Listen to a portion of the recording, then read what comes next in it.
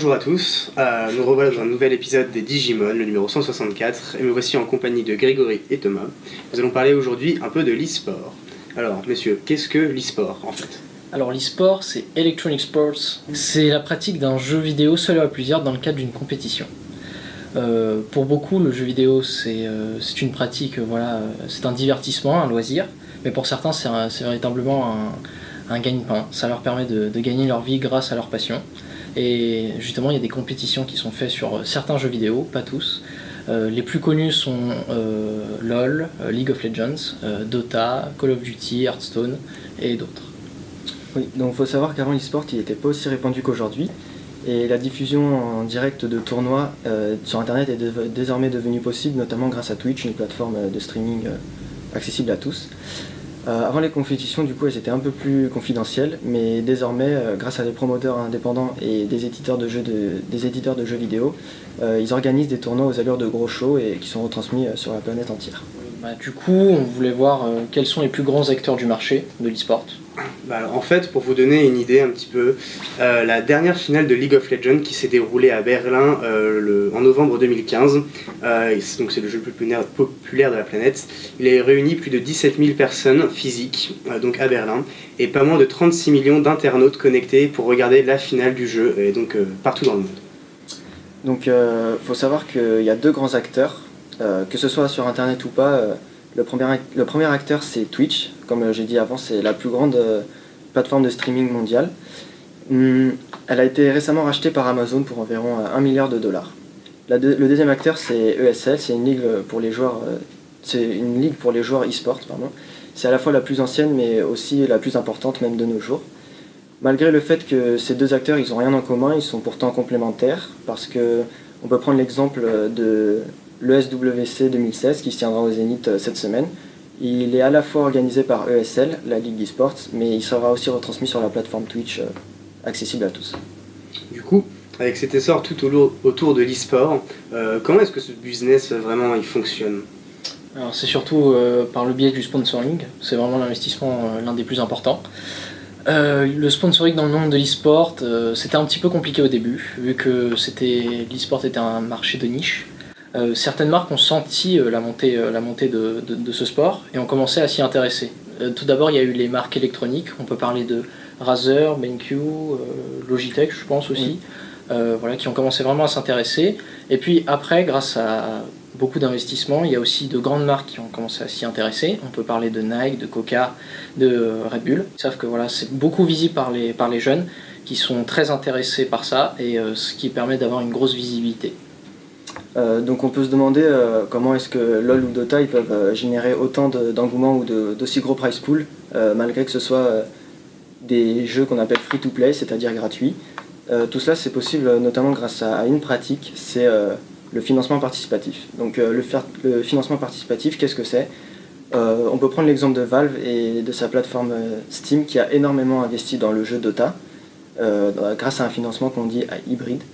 En 2014, ils ont généré un prize pool de 10,9 millions de dollars en ne mettant que 1,6 million de dollars de leur poche. Le reste, il a été amené par les spectateurs ainsi que par les fans du jeu. Et pour vous expliquer un peu le principe, c'est à chaque fois que l'achat d'un compendium était fait, c'est lorsqu'un achat était relié au jeu, que ce soit dans le jeu ou tout autour du jeu, 25% permettait d'augmenter le cash prize et 75% était empoché par Valve. On peut du coup, lors de ce seul tournoi, en n'y mettant que 1,6 million de dollars eux-mêmes, ils ont empoché la somme de 27,9 millions de dollars. Oui.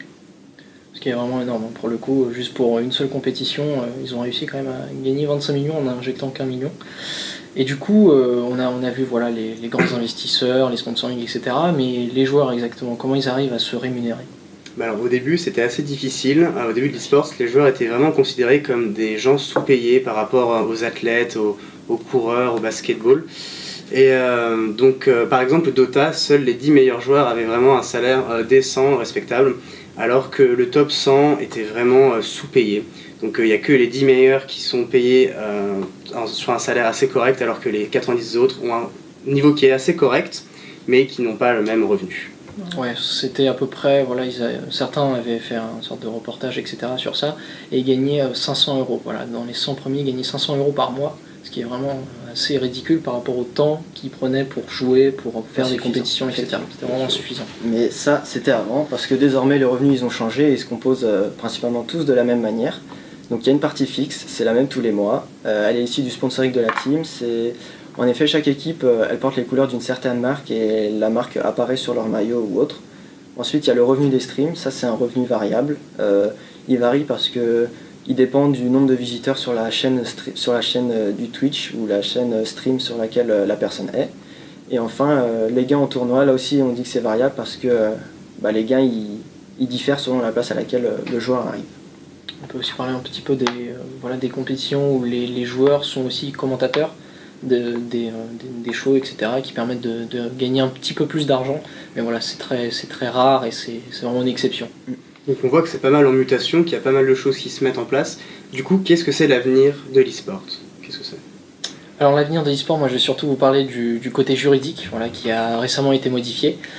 On peut parler en France, ils ont commencé à avoir une loi qui permettait de considérer l'e-sport comme un véritable sport et vraiment que ce soit à part entière, car avant c'était considéré comme un jeu de hasard. C'est-à-dire que maintenant les joueurs pros ils ont un vrai statut professionnel, ils sont considérés comme de vrais professionnels. Voilà. Donc dans cette loi, ce qu'ils veulent faire, c'est par exemple protéger les mineurs, car il y a pas mal aussi de mineurs dans les joueurs professionnels, protéger leurs gains.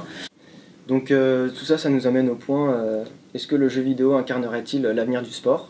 Donc pour l'instant on ne peut pas répondre par l'affirmative à cette question. En revanche, personne ne peut contester la croissance exponentielle de l'e-sport qui s'impose comme une alternative crédible au sport traditionnel. En effet, on peut prendre l'exemple aux États-Unis, les joueurs professionnels de League of Legends, ils sont dits professionnels au même titre que les joueurs par exemple de NBA ou de NFL, et du coup l'accessibilité par exemple à des visas pour pouvoir aller jouer là-bas est d'autant plus simple désormais. Okay. Il y a certaines disparités entre certains pays, entre certains continents. Comme tu as parlé de l'Amérique du Nord, où c'était considéré comme un véritable sport avec des visas sportifs. En Corée du Sud, il y a même des écoles, je crois bien, Paul, qui existaient. C'était l'école de League of Legends. Voilà, l'école de League of Legends qui c'est considéré comme un véritable sport. Enfin, c'est vraiment un engouement énorme et on peut énormément gagner d'argent là-bas. Merci beaucoup d'avoir suivi. N'hésitez pas à mettre un petit pouce vert en bas. Voilà, je sais pas où c'est à peu près. Merci encore et à la semaine prochaine. À bientôt. À bientôt.